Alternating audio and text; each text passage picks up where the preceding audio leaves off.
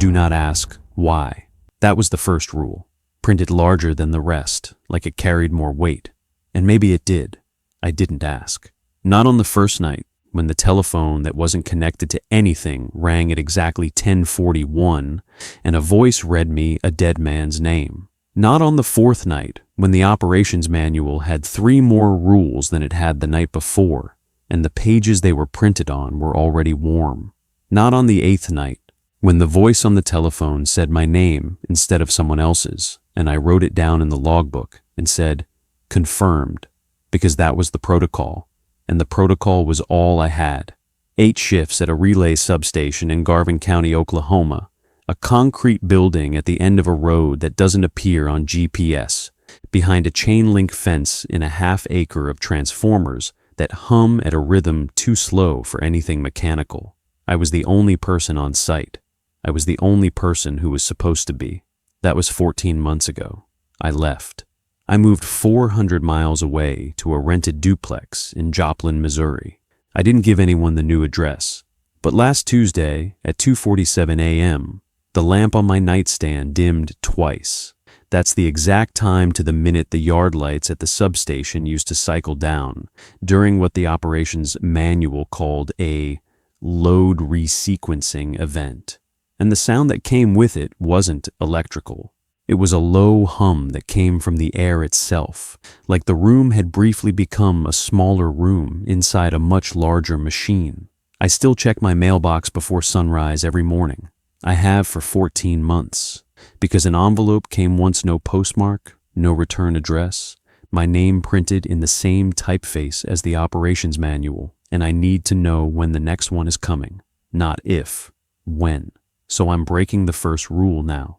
I'm asking why, and I'm telling you everything because I think the substation is still running my shift, and I think the only thing I was ever monitoring was myself. My name is Colton Reed. I'm 34. I have a 2-year technical degree from a community college in McAlester, Oklahoma, and a Class 3 electrical maintenance certification that I earned at 22 and have renewed exactly 3 times since. For most of my 20s, I worked line crew for a regional utility contractor, the kind of outfit that gets called after storms to patch rural infrastructure. It's hard work, outdoor, physical, decent money. When the weather's bad enough, the worse the storm, the more overtime. I liked it the way you can like something that's slowly wrecking your knees and your marriage at the same time. My wife left in 2023. Not dramatically. She just packed one weekend while I was on a restoration job in Poteau and sent me a text that said she'd file the papers and I could keep the dog. I came home to a half-empty house and a 9-year-old blue heeler named Cash, who didn't seem to understand what had happened either. I sat on the kitchen floor with him for about an hour and then drove to the gas station for a 12-pack, and that was the beginning of a stretch of months I don't fully remember. I lost the line crew job in early 2024, showed up late 3 times in January, once smelling like the night before. They were decent about it. My foreman told me to get right and come back in 6 months, but I knew that was just a kind way of saying goodbye. Unemployment ran out faster than I expected. I picked up odd jobs for a while, farm fencing, generator installs for a guy who flipped rural properties, but nothing stuck. By April, I was behind on the mortgage and had started looking at listings I would have scrolled past a year earlier. The substation posting was on a county workforce board, not even a real job site. The listing was plain text, almost no formatting. It read, Garvin County Public Power District, Night Operations, Monitor, Remote Relay, Substation 7, 12-hour shifts, 7 p.m. to 7 a.m., 4 nights on, 3 nights off, $23.50 per hour. Class 3 electrical certification or equivalent required. No prior substation experience necessary. Housing and vehicle access not provided. Position is immediate. $23.50 an hour for 12-hour shifts 4 nights a week was more than I'd made on the line crew. That alone should have told me something. Rural substations don't usually require overnight monitoring staff at all. They're automated, remotely managed by dispatchers or SCADA systems that flag anomalies from a central office. The only reason you'd post a human being at 1 through the night would be if the remote systems weren't functioning, or if something about the facility required a kind of attention that automated systems couldn't provide. I didn't think about that at the time. I thought about the hourly rate and the fact that sitting in a control room overnight sounded like the kind of job a man with bad knees and a shaky record could hold down without embarrassing himself. I applied by email. The response came within 40 minutes, which should have been another flag. A woman named Diane Jessup, listed as a personnel coordinator for the Garvin County Public Power District, sent me a single PDF, a 2-page employment agreement. Straightforward language, nothing unusual. Start date was 4 days out. She asked me to confirm my certification number and provide a voided check for direct deposit. I did both within the hour. She replied with a single line. Report to the facility gate at 6:30 p.m. Thursday. The code is 4141. You will find the operations manual in the control room. No interview, no phone screen, no onboarding paperwork beyond the agreement I'd already signed. I drove to the substation that Thursday evening in late April. It was about an hour and 15 minutes from my house, south and west, deep into Garvin County, on a road that turned from county asphalt to packed gravel after about 10 miles. The last 3 miles were a single-lane maintenance road with no center line, no guardrail, and no signage of any kind except a faded yellow diamond that said, "Utility access authorized only." The landscape was flat and brown, open pasture land dotted with mesquite, no houses visible in any direction. Just before sunset, the sky turned a color I still can't accurately describe, a kind of amber gray, the color of old electrical tape left in the sun too long. The substation sat behind an 8-foot chain-link fence topped with razor wire. I could see the transformer yard from the gate, 4 large pad-mounted transformers, a dozen steel lattice structures holding lines that fed in from the east and left to the southwest, junction boxes, capacitor banks, and a small concrete block building with a flat roof and no windows. The building was maybe 30 feet by 20. It had a single steel door, a floodlight above it, and a small satellite dish bolted to the roof. To the right of the building was a metal utility pole with a yard light that cast a wide, pale cone over the gravel lot. My headlights picked up a second cone of light near the back fence, illuminating a row of steel cabinets I'd later learn were the metering enclosures. I punched 4141 into the gate keypad. The latch clicked. I drove through, parked next to the building, and sat in my truck for a few minutes. Cash was at home with a full bowl. I had a thermos of coffee, a sandwich, and a paperback I wouldn't end up reading.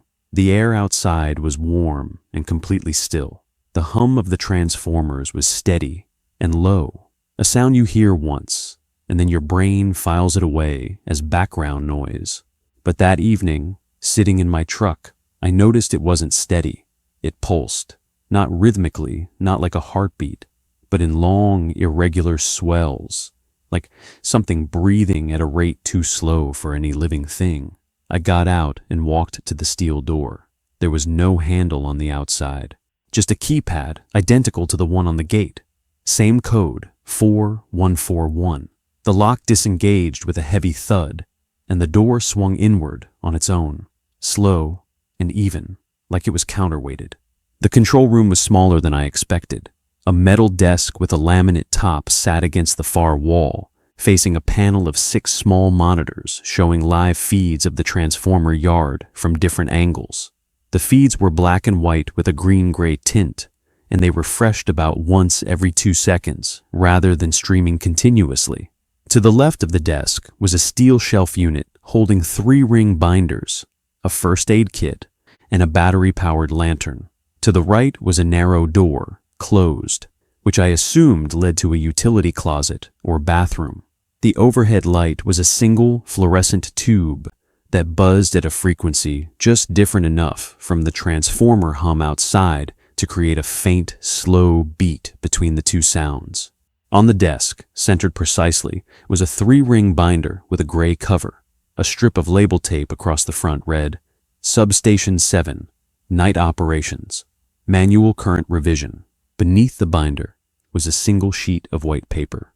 I picked it up first. It was a printed note from Diane Jessup.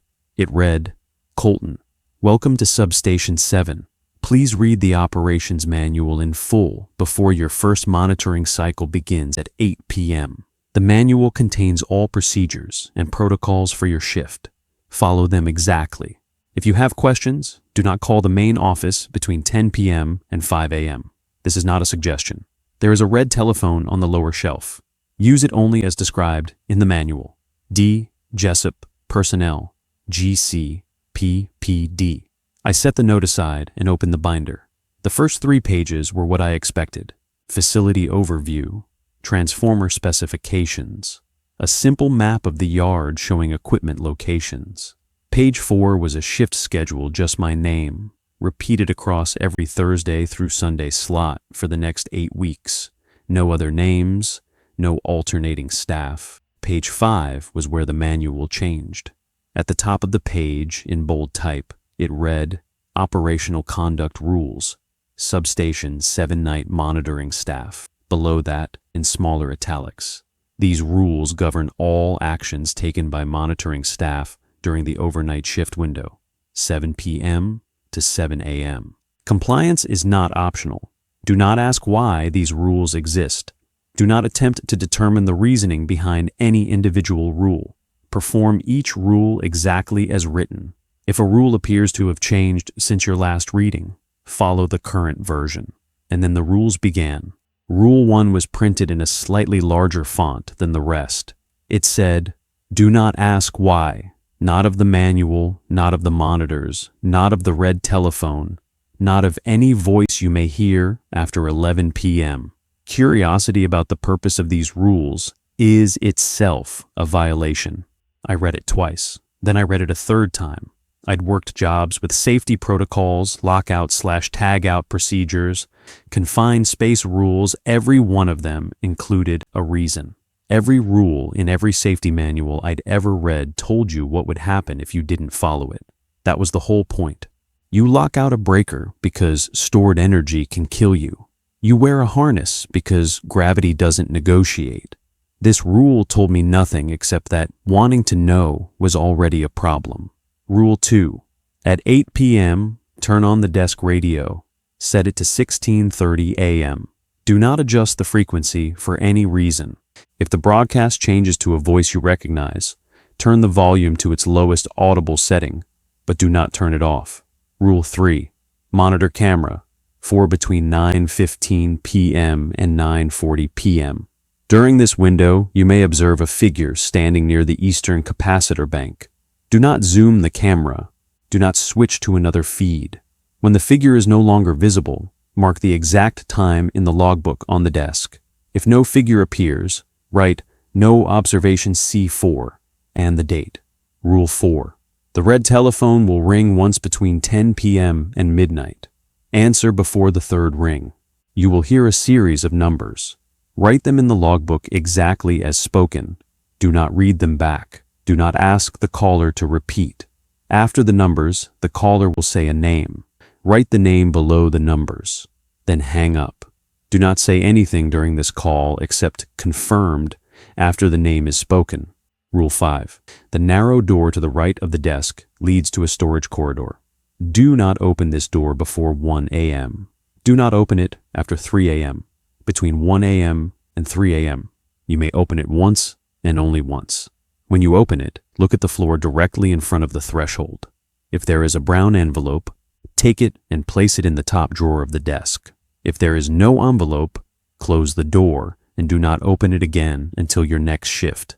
I counted 12 rules in total on the first reading. The last one, Rule 12, simply said, if the operations manual contains more or fewer rules than your previous reading, do not count them again. Follow only what is currently printed.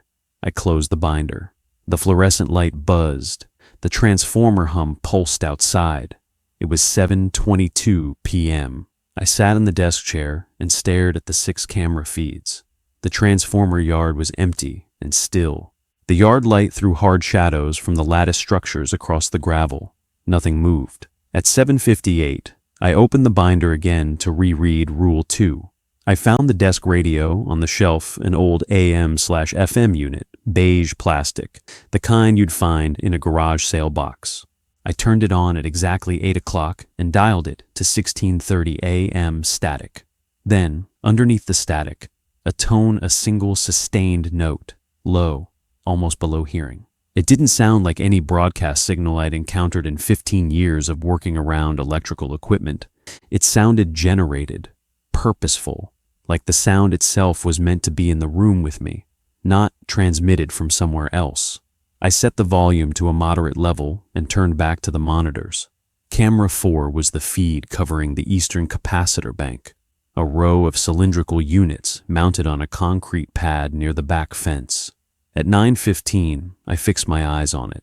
For 14 minutes, the feed showed nothing but the capacitor bank under the pale wash of the rear yard light, gravel, steel, the bottom edge of the fence. At 9:29, a shape appeared at the left margin of the frame. It didn't walk into view. It was simply there between 1 2-second refresh and the next a dark vertical form standing motionless beside the third capacitor unit.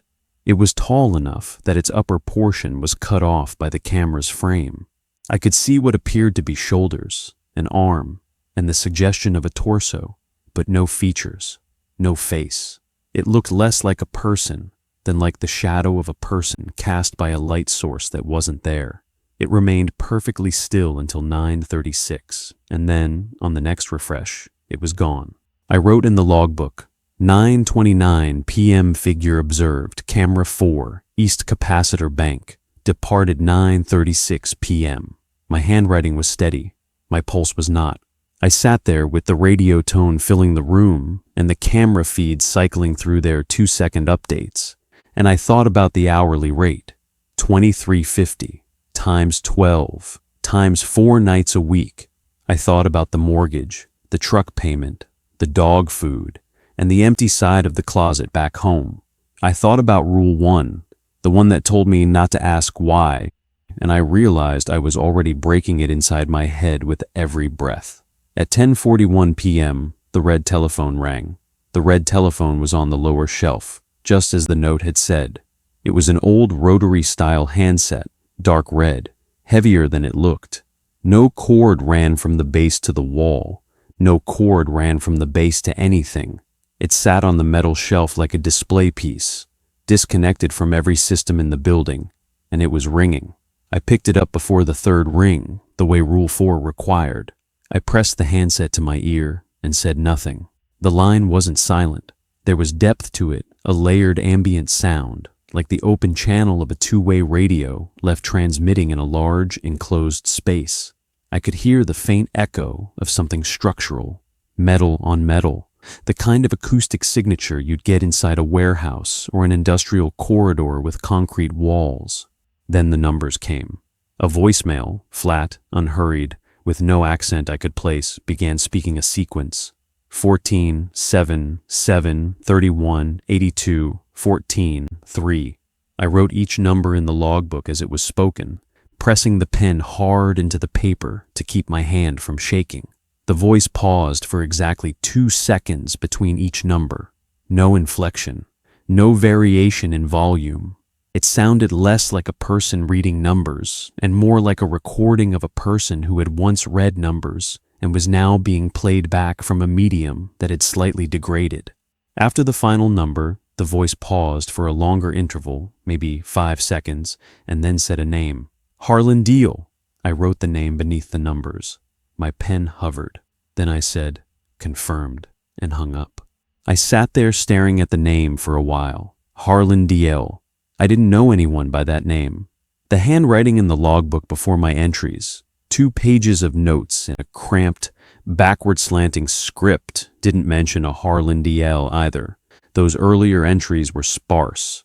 Dates, times, camera observations. No commentary. Whoever had written them had followed the rules cleanly.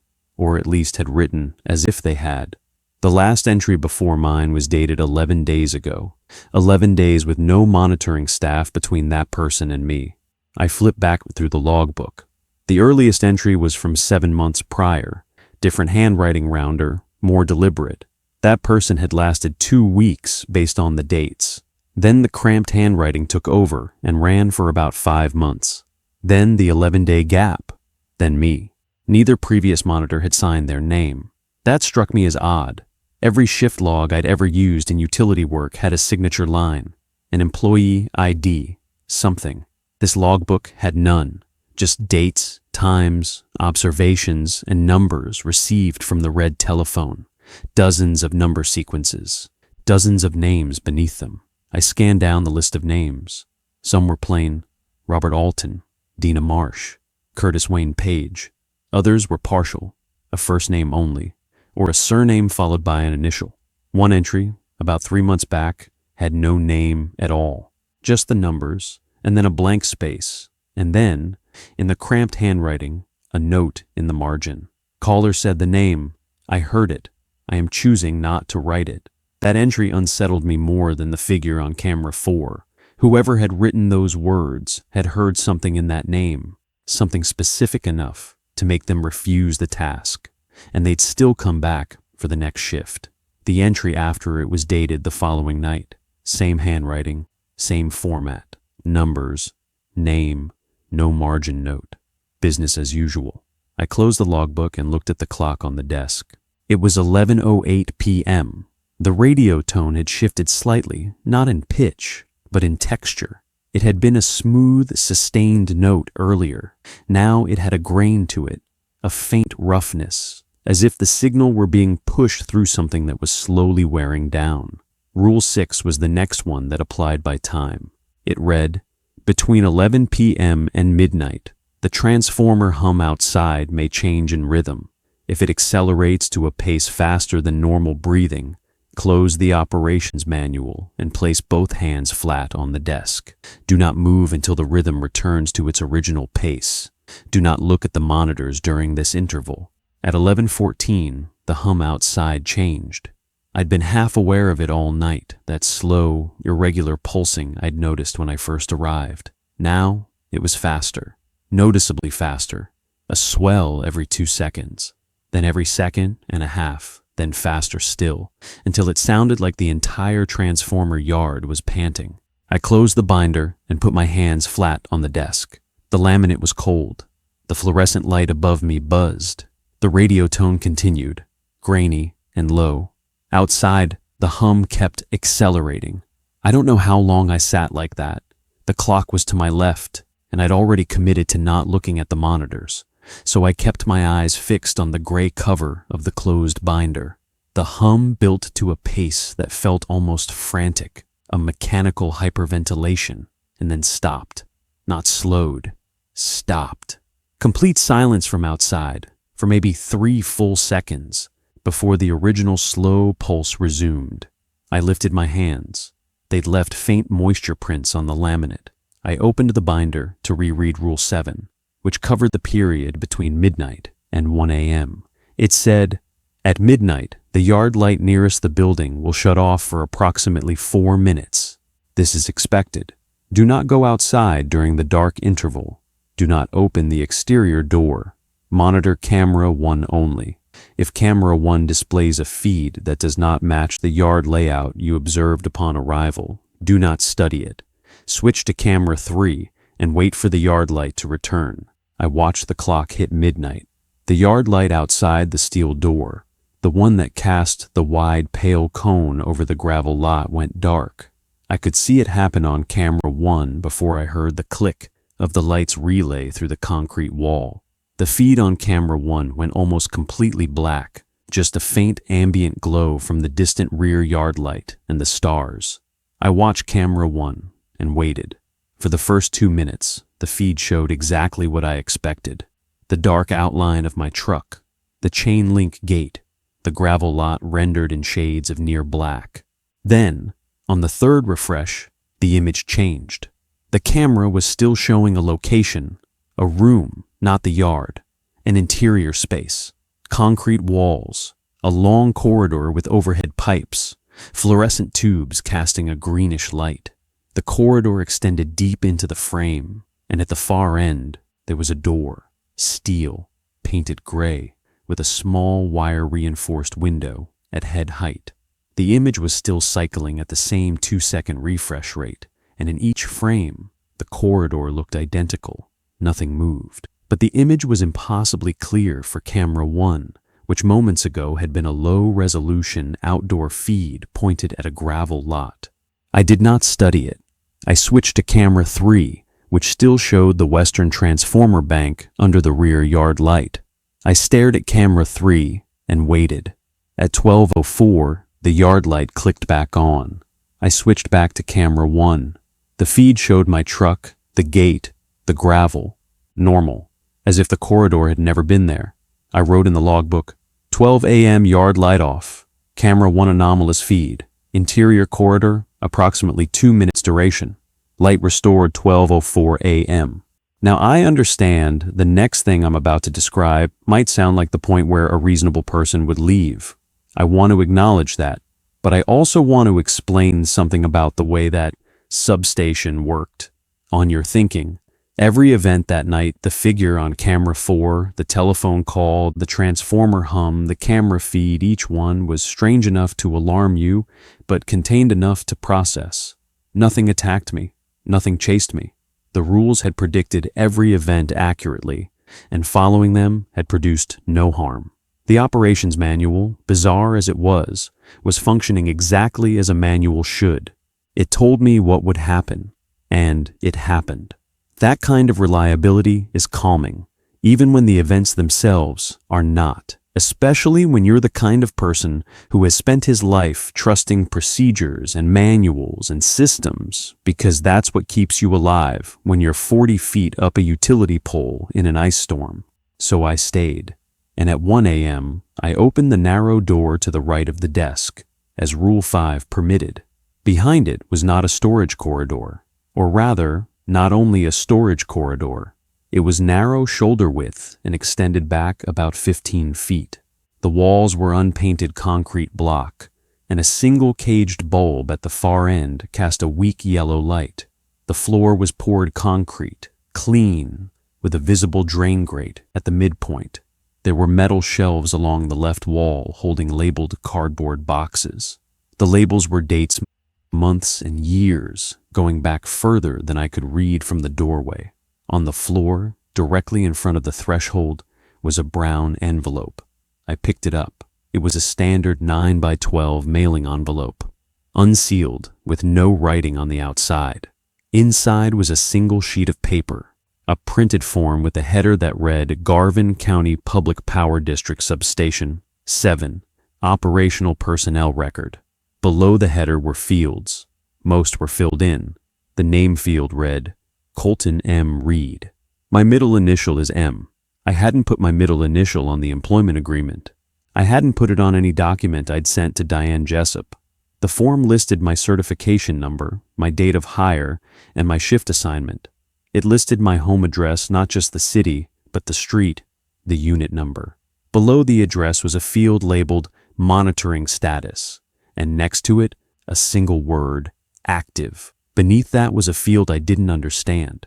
It read Load Assignment, and the space next to it was blank.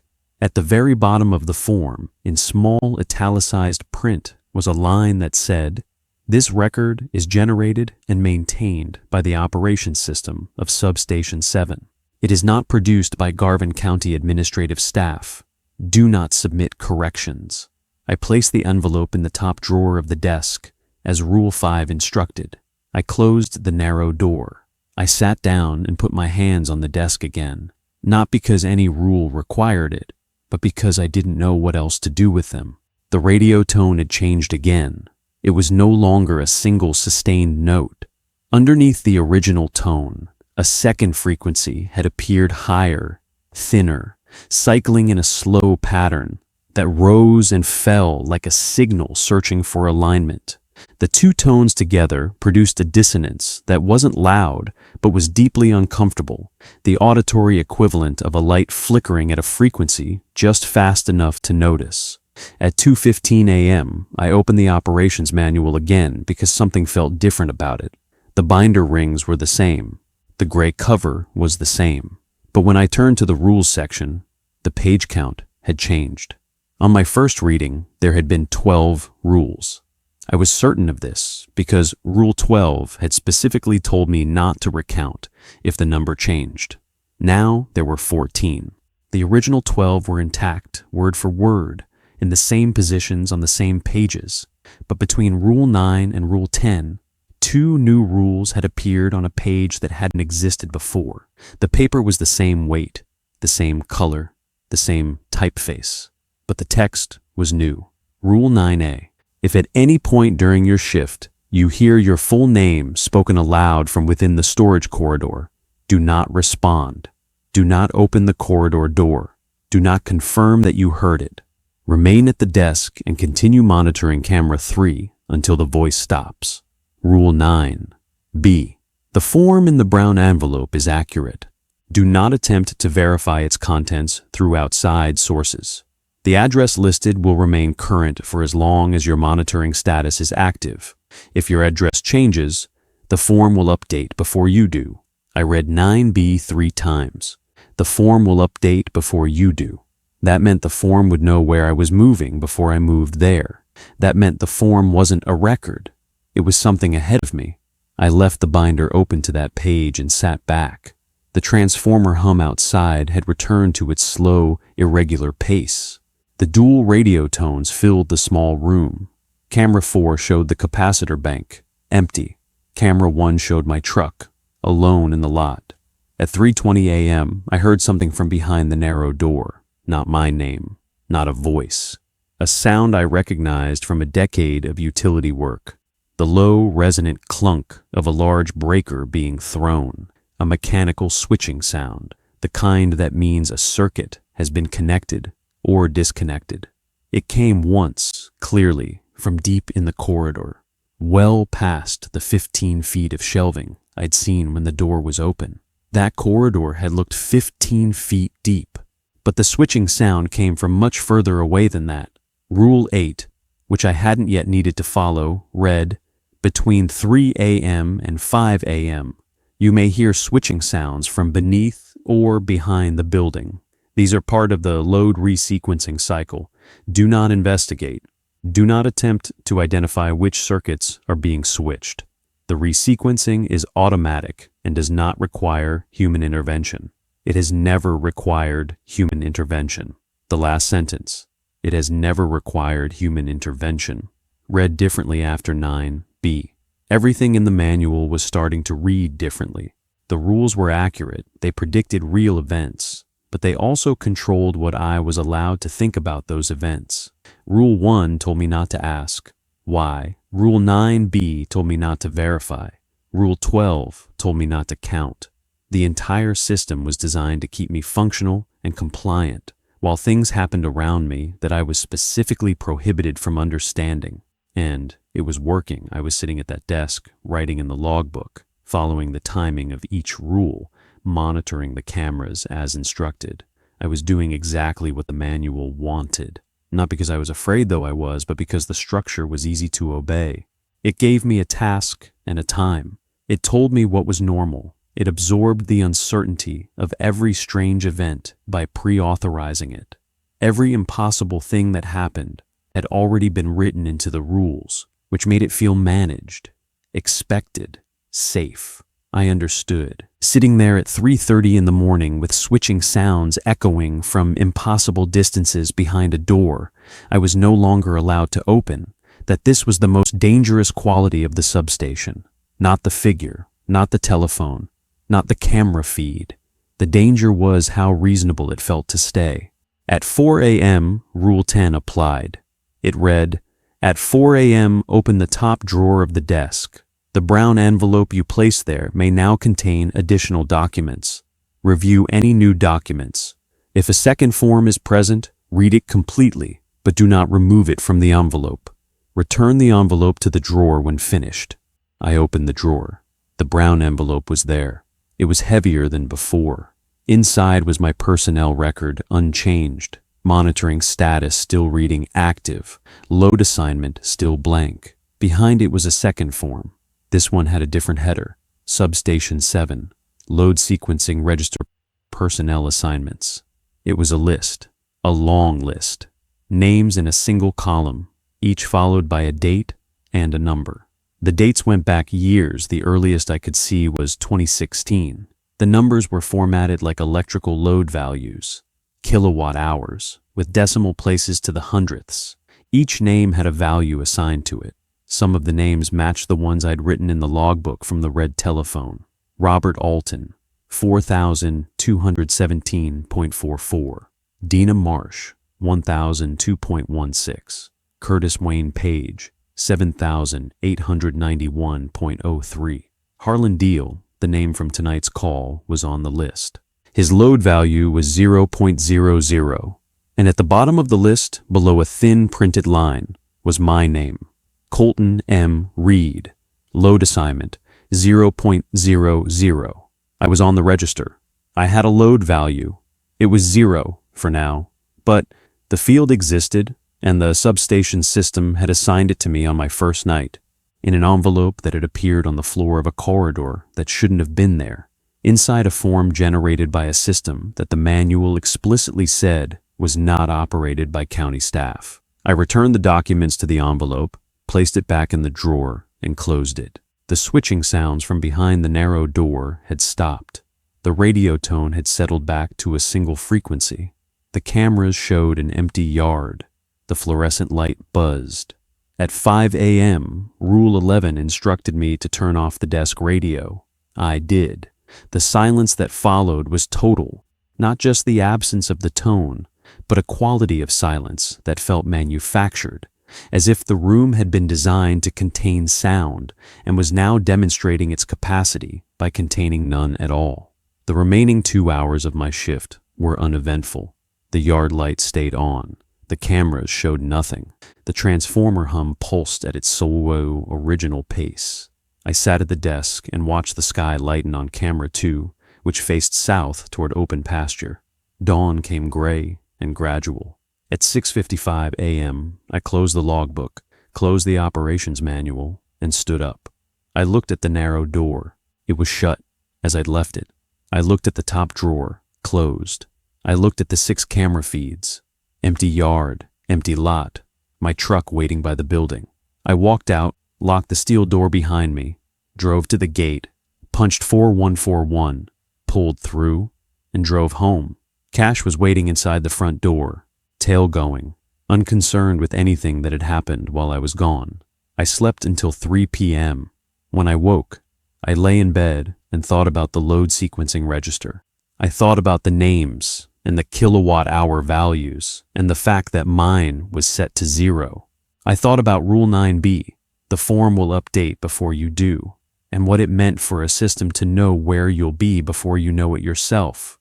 And then I thought about the pay, $23.50 an hour, 12 hours, deposited weekly. The first deposit would hit my account on Friday. The mortgage was due on the 1st. Cash needed a vet appointment I'd been putting off. I went back Thursday night, and the night after that, and the night after that.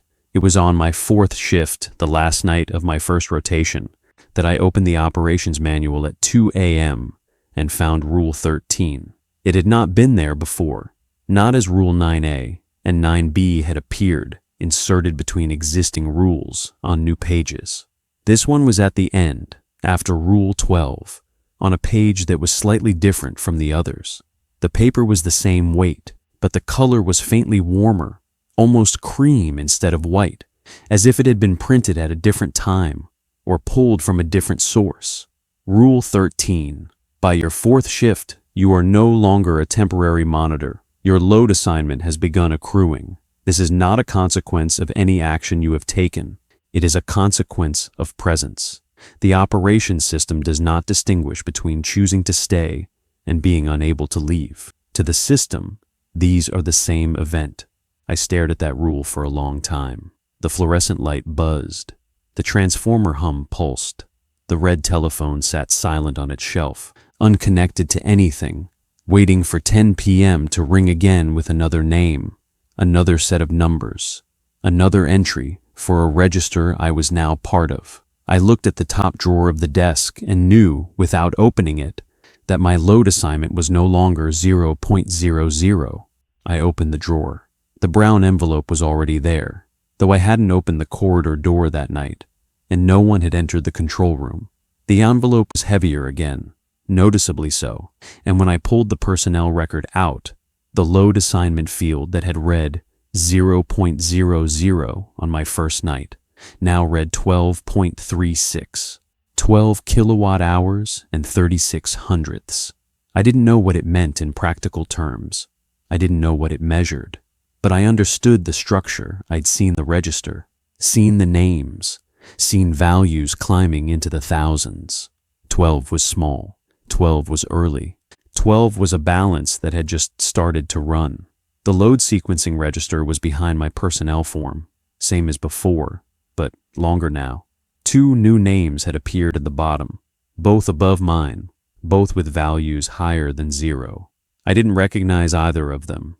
Beneath those names, below the thin printed line, my entry had updated itself. Colton M. Reed, 12.36.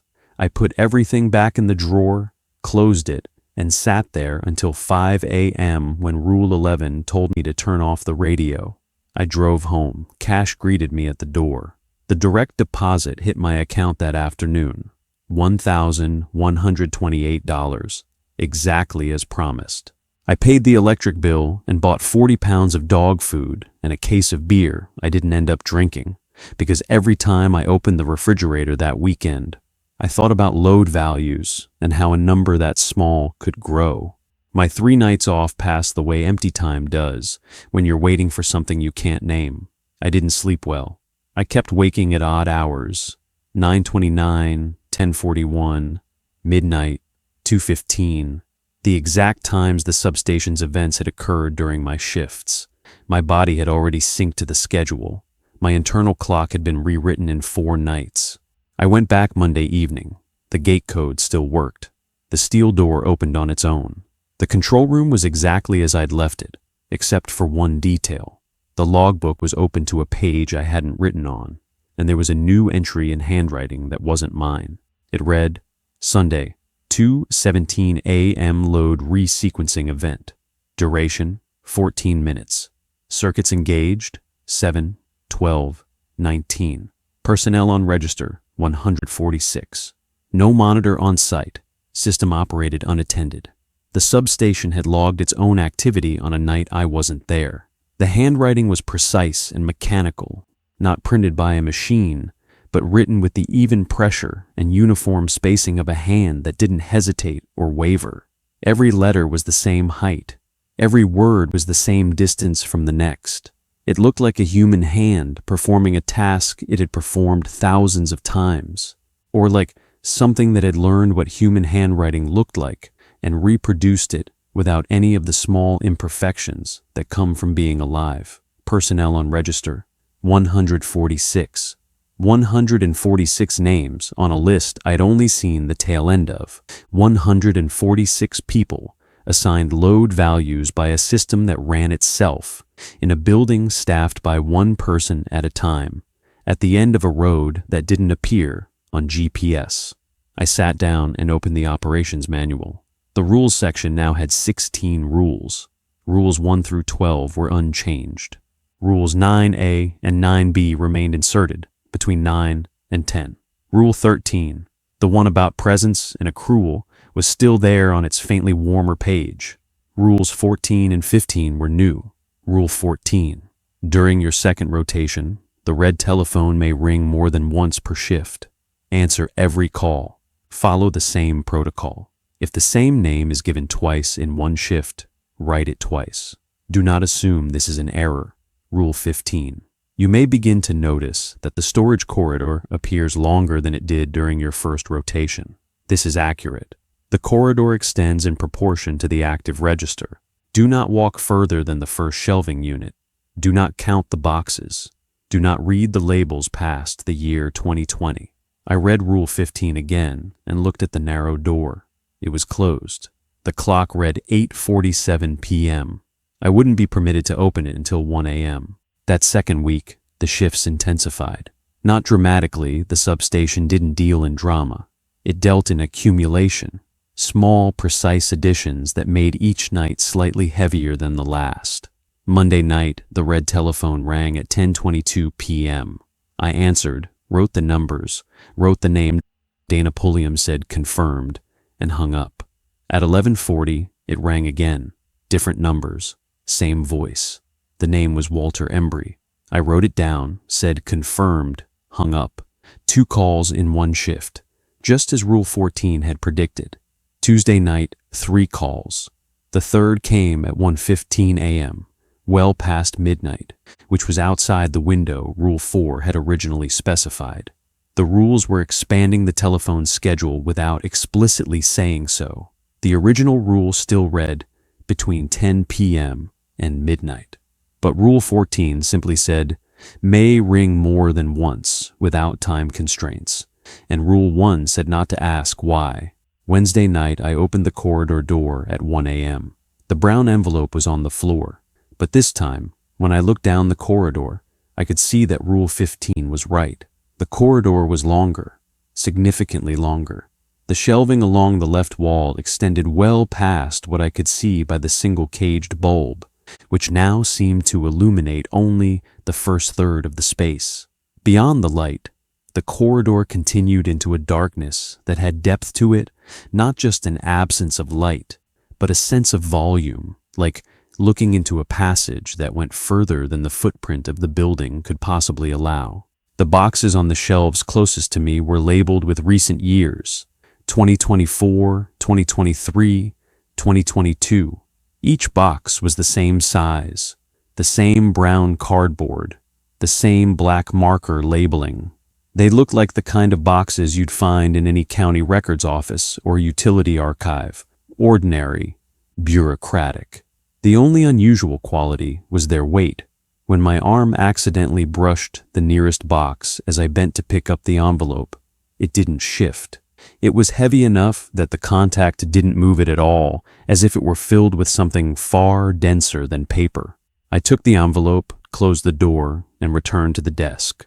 My personnel record now showed a load assignment of 61.04. It had quintupled in 4 shifts. The register behind it had grown by another full page, more names, more values, some dating back to 2009. I noticed that the oldest names on the list had the highest values.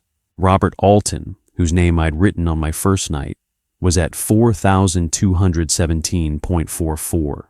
A name near the top of the register, Margaret Solis, dated 2009, read 34,871.22. I didn't know what happened when a number got that high. The register didn't say. The rules didn't say. And Rule 1 told me I wasn't permitted to wonder. On my personnel record, below the load assignment field, a new field had appeared. It read, Circuit Integration Pending. Thursday night, my 8th shift overall, the last of the second rotation, was the night everything clarified into a shape I couldn't look away from. The shift began normally. Radio on at 8 p.m. Camera 4 observation at 9:15. The figure appeared at 9:31, lingered until 9:38, vanished. I logged it. The red telephone rang at 10:09. Numbers.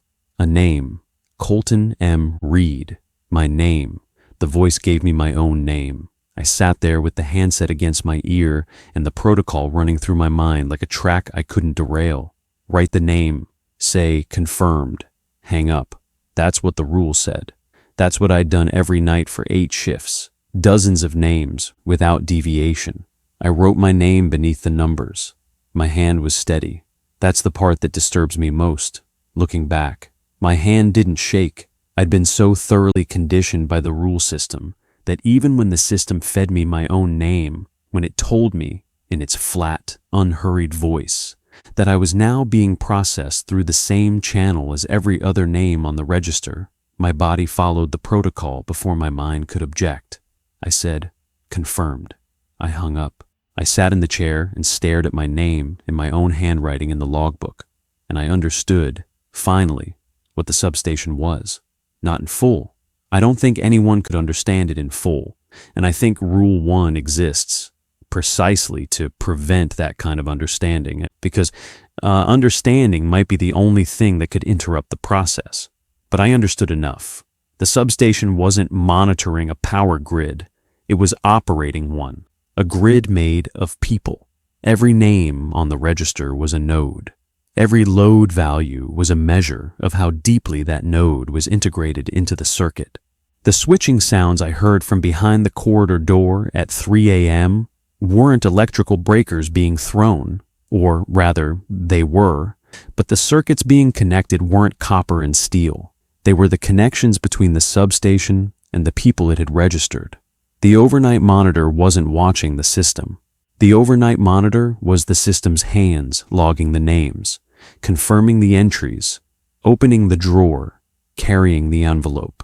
Every task I performed was a switching action that helped the substation maintain its grid, and my load was accruing because the system doesn't distinguish between the operator and the operated. Rule 13 had told me that plainly. Presence is participation. Participation is integration.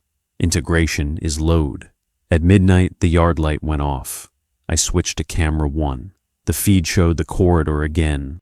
Not my truck, not the yard, but the long concrete passage with its overhead pipes and greenish fluorescent light. This time, the camera image was closer to the gray door at the far end. I could see the wire-reinforced window more clearly.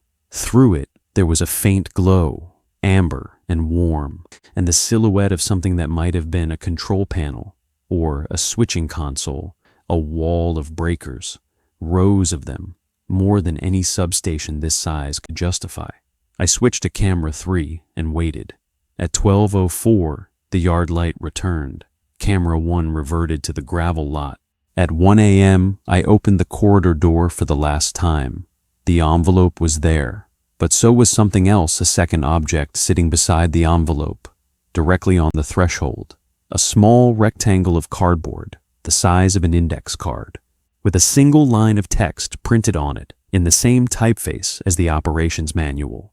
It read, "You have been offered a permanent position. Your load assignment is sufficient for preliminary circuit integration. If you wish to accept, do not return your gate code. If you wish to decline, return your gate code to the designated receptacle before your next scheduled shift." There was no signature, no header, no reference to Diane Jessup or the Garvin County Public Power District. Just the offer, plain and mechanical, like a form letter from a system that had made this offer many times before. I picked up the brown envelope. Inside, my personnel record had changed. Monitoring status no longer read active. It read integration eligible. The load assignment field read 97.11. The circuit integration field no longer read pending. It read awaiting confirmation. 97 kilowatt hours in 8 shifts. I thought about Margaret Solis at 34,871. I thought about how many shifts, how many years, how much presence it took to reach a number like that. I thought about whether she had ever been offered the choice to leave, or whether by the time the number climbed that high, the distinction between staying and leaving had ceased to exist. I put the card in my pocket. I put the envelope in the drawer. I closed the corridor door. I sat at the desk and waited for 5 a.m. The radio tone was different that night.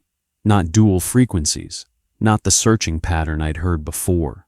A single tone, clear and sustained, but modulating, rising slowly over the course of minutes, and then dropping back, like a breath cycle, like the sound itself was alive and patient. I turned it off at 5 a.m. as instructed, and the silence that followed was the deepest I'd ever experienced. Not just quiet, absolute, as if the room were sealed inside something larger that had stopped making sound. I drove home at 7 a.m. I fed Cash. I sat at the kitchen table and took the card out of my pocket and read it again. If you wish to decline, Return your gate code to the designated receptacle before your next scheduled shift. There was no designated receptacle described anywhere in the operations manual. I'd read every page. There was no procedure for declining. The rules told you how to stay, how to monitor, how to answer, how to comply, but they contained no instructions for leaving. The only exit process was a reference to a receptacle that didn't appear in the system. I thought about that for a long time. The system was complete in every other respect. Every event, every timing, every sound and image and telephone call had been accounted for in the rules. The absence of a return procedure wasn't an oversight. It was architectural. The substation was built to accrue, not to release. I didn't go back for my next rotation. I didn't call Diane Jessup. I didn't drive to the gate and look for a receptacle. I simply didn't go. Monday night at 6:30 p.m., I was sitting in my kitchen with the lights on and Cash asleep on the floor, and I let the shift start without me. Nothing happened that night, or Tuesday, or Wednesday. By Thursday, I'd almost convinced myself that the job was just a job, a strange one, a bad one, but something I could walk away from the same way I'd walked away from the line crew and the marriage and every other thing that had asked too much of me. Then the envelope arrived. It was in my mailbox at 5:48 a.m. on a Friday. I know the time because I'd started checking before dawn, a habit the substation schedule had given me. Standard brown 9x12 envelope, no return address, no postage, no postmark. It hadn't been mailed. It had been placed. Inside was my personnel record, updated. The address field now listed my Joplin duplex, the address I'd moved to 3 weeks after leaving the substation, a place I'd told no one about, a lease I'd signed under a name variation I use for rental applications. The form had my full legal name regardless. The monitoring status field read, inactive load retained. The load assignment field read, 97.11, unchanged. Not growing, but not discharged. Beneath my personnel record was a second form, the load sequencing register. My name was still on it, still at the bottom, still at 97.11. But now there was a new entry below mine, a name I didn't recognize, with a load assignment of 0.00 and a date that matched the Monday I'd failed to show up. Someone else had been assigned. Someone else was sitting at that desk, watching those cameras, answering that telephone, writing names in the logbook. The system had replaced me within hours. At the very bottom of the register, below all the names, was a line I'd never seen before. Small print, same typeface, same mechanical precision. Personnel who discontinue monitoring without completing circuit integration retain their assigned load indefinitely. Load is non-transferable, non-dischargeable, and non-expiring. The circuit remains open. The circuit remains open. I've read that sentence more times than I can count in the 14 months since. I've moved once. The personnel record arrived at the new address before my furniture did. I've changed my phone number twice. It doesn't matter. The red telephone never used my phone number to begin with. I've considered driving back to the substation, finding the gate, looking for the receptacle the card mentioned. But the card didn't describe what the receptacle was or where it was located, and I'm not sure returning to the facility would be a return at all. I think the system would read it as presence, and presence is participation. The lamp on my nightstand dimmed twice at 2:47 a.m. last Tuesday. The hum was there, the same transformer pulse, the same slow swell inside the walls of a duplex 400 miles from the nearest substation transformer, and in the silence after, I heard it, faint, distant, coming from no direction I could identify, the sound of a breaker being thrown. My load is 97.11. It has been 97.11 for 14 months. It hasn't grown. It hasn't shrunk. It sits on a register inside a building I no longer enter, maintained by a system I was never permitted to understand, and the circuit it assigned to me remains open like an unpaid debt that accrues no interest but never forgives the principal. I don't know what happens at 34,871. I don't know what happened to Margaret Solis. I don't know whether the names the telephone gave me were people being added to the grid, or people being moved within it, or people being consumed by it entirely. I don't know. And rule 1, the first rule, the rule printed larger than all the others, the foundation of the entire system, told me from the very beginning that I was never supposed to.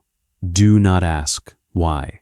I used to think that rule was a restriction, a boundary the system imposed to keep its monitors docile and compliant. But in the months since I left, I've started to wonder if it was something else, a mercy maybe, or a warning, because the people on that register with the highest load values the ones who'd been in the system for years, whose numbers climbed into the tens of thousands. They must have understood more than I did. They must have seen what the corridor looked like when it extended far enough, what was behind that gray door at the end of the camera 1 feed, what the switching sounds meant when you'd heard them 1,000 times. They must have learned what the system was for, and they were still on the register. Knowing didn't save them. Understanding didn't discharge their load. The only thing Rule 1 might have been protecting me from was the realization that the answer to why wouldn't help. That the substation doesn't run on electricity, or on obedience, or on fear. It runs on the simple fact that once you've been measured, the measurement doesn't go away. I check my mailbox every morning before sunrise. The envelope hasn't come again. The lamp hasn't dimmed again since Tuesday. Cash is healthy. The mortgage is current. I found another job, day shift, a hardware store in Joplin. Normal hours, normal people, fluorescent lights that don't buzz in harmony with anything. But at 2:47 every morning, I'm awake. My body knows the schedule. And sometimes, in the seconds before I fully surface from sleep, I hear the red telephone ringing 1 ring, 2 rings, and I feel my hand reach for it, and I hear a voice begin to speak a sequence of numbers that I already know by heart, followed by a name. It's always my name, and every time, just before I wake completely, I hear myself say, "Confirmed."